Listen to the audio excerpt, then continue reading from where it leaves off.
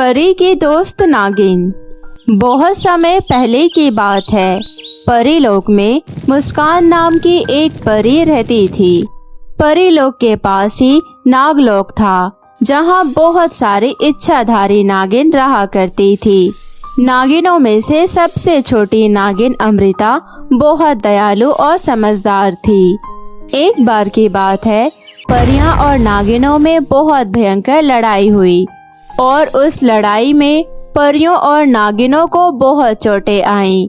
परियों और नागिनों में सदियों से दुश्मनी चली आ रही थी और अब तो ये दुश्मनी और भी भयानक रूप लेने जा रही थी और अमृता इस बात से बिल्कुल ही दुखी रहती थी।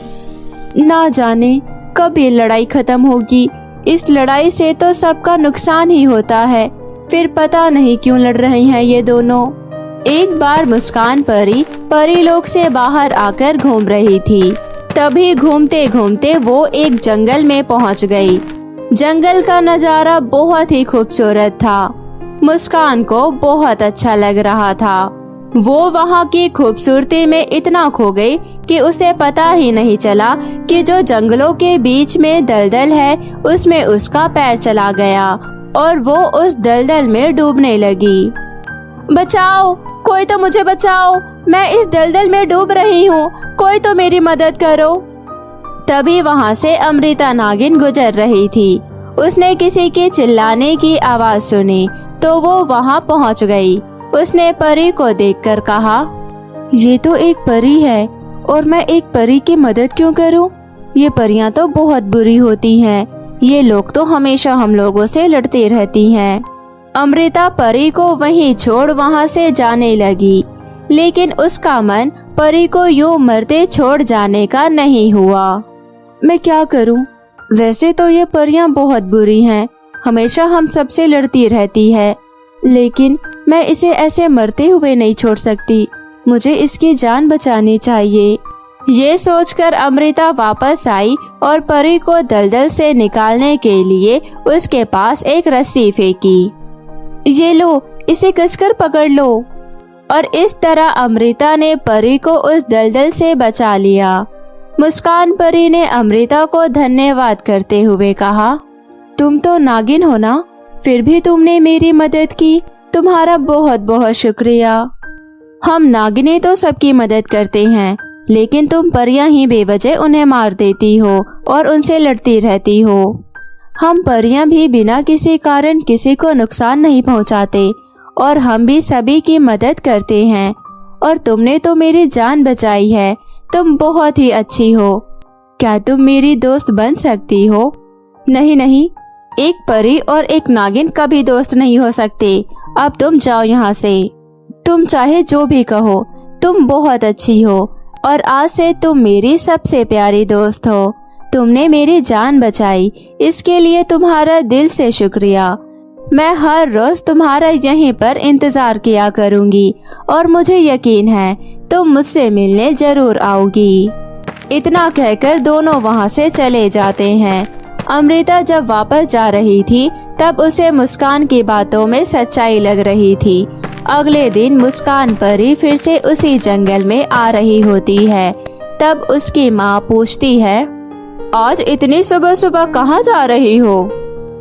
मैं अपनी सबसे अच्छे दोस्त से मिलने जा रही हूँ। अच्छा, कौन है वो? मैं भी तो जानूं। अभी नहीं माँ, वक्त आने पर मैं आपको सब बता दूंगी। अब मैं लेट हो रही हूँ माँ, मैं जा रही हूँ, बाय। मुस्कान परी उसी जंगल में फिर से अमृता का इंतजार करने लगी। बहुत देर हो गया, लेकिन अमृता नहीं आई। काश तुम मेरी दोस्ती को समझ पाती। तभी वहाँ अचानक अमृता आ गई और बोली, मैं तुम्हारी दोस्ती को समझ गई, क्या तुम मेरी दोस्त बनोगी? ये सुनकर मुस्कान बहुत खुश हुई और बोली, तुम आ गई, मैं तुम्हें दोबारा यहाँ पर देखकर बहुत खुश हूँ। ये बोलकर दोनों ने एक दूसरे से हाथ मिलाया। मैं भी कितनी पागल हूँ, इतनी देर से तुमसे बातें कर रही हूँ और अभी तक हमें एक दूसरे का नाम भी नहीं पता। मेरा नाम है मुस्कान और मेरा नाम है अमृता। अमृता, तुम बहुत अच्छी हो। तुम भी बहुत अच्छी हो मुस्कान। काश परीलोक की सारी परियां तुम्हारी तरह ही अच्छी होती और वो भी तुम्हारी तरह ही हम नागिनों के बारे में अच्छा सोचती। तुम सही कह रही हो। काश नागलोक की भी सारी नागिनें हम परियों के बारे में भी ऐसा ही सोचती।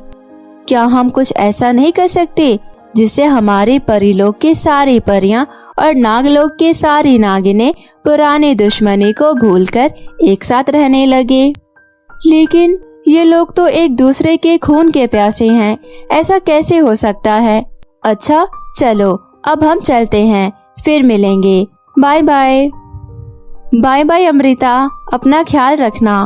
और फिर दोनों वहाँ से चले जाते हैं और वो दोनों हमेशा ऐसे ही मिला करते हैं। कुछ दिनों बाद अचानक परीलोक और नागलोक में दोबारा युद्ध छिड़ गया। परियां और नागिनें एक दूसरे के खून के प्यासे हो गए। मुस्कान परी और अमृता नागिन का आपस में मिलना भी मुश्किल हो गया, लेकिन फिर भी वो एक दूसरे से छिपकर मिलने पहुंच गए। हमें कुछ करना होगा, हमें ये लड़ाई रोकनी होगी।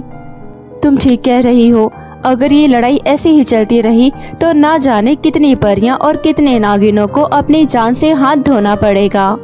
फिर अमृता के दिमाग में एक आइडिया आता है और वो उसके बारे में मुस्कान को सारी बात बताती है। और वहाँ से वो दोनों अपने अपने घर जाकर अपने अपने साथियों से बोलती है, तुम लोग नागिनों से क्यों लड़ना चाहती हो? अगर ऐसा ही रहा तो मैं नागिनों की तरफ से युद्ध करूंगी। और उधर दूसरी तरफ अमृता ने भी वही सेम बातें अपने साथियों से कहती है, अगर ऐसा ही रहा तो मैं उन परियों की तरफ से तुम लोगों से युद्ध करूंगी, इसलिए तुम लोग लड़ाई को यहीं खत्म कर दो।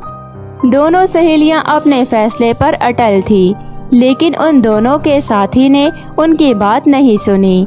तभी उनमें से एक नागिन बोली, अमृता ये क्या बकवास कर रही हो तुम?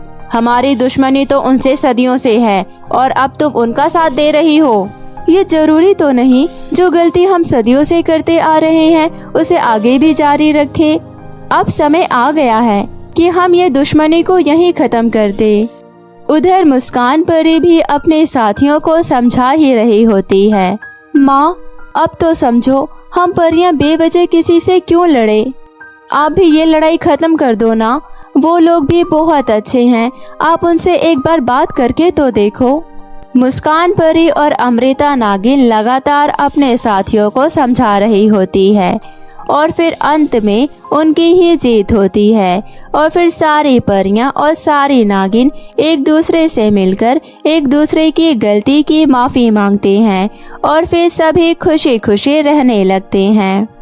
तो दोस्तों इसी तरह हमें भी किसी से बैर नहीं रखना चाहिए, सबके साथ हमें मिलजुल कर रहना चाहिए।